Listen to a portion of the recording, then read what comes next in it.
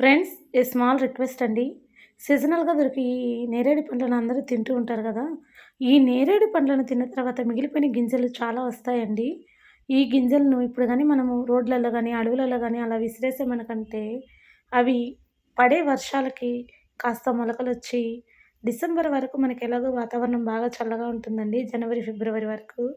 So, మొలకలనేవి చనిపోకుండా వాతావరణంలో బతికే ఉంటాయండి. సో, ప్లీజ్ అందరూ దయచేసి ఫాలో అవ్వండి.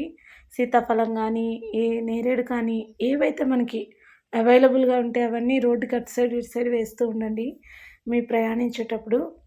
ఈ నేరేడు పండ్లను కడుక్కొని శుభ్రంగా ఉప్పు, కారం వేసుకొని తింటే చాలా టేస్టీగా ఉంటాయండి. మా చిన్నప్పుడు మా బామ్మ ఇట్లాగే చేసి మాకందరికి ఇచ్చేది. వెరీ టేస్టీ ఫ్రూట్ అండి. మీరు కూడా ఇలా చేసి అనేక జీవరాశులకి తోడుగా ఉంటారని ఆశిస్తూ ఉన్నాను. Thank you.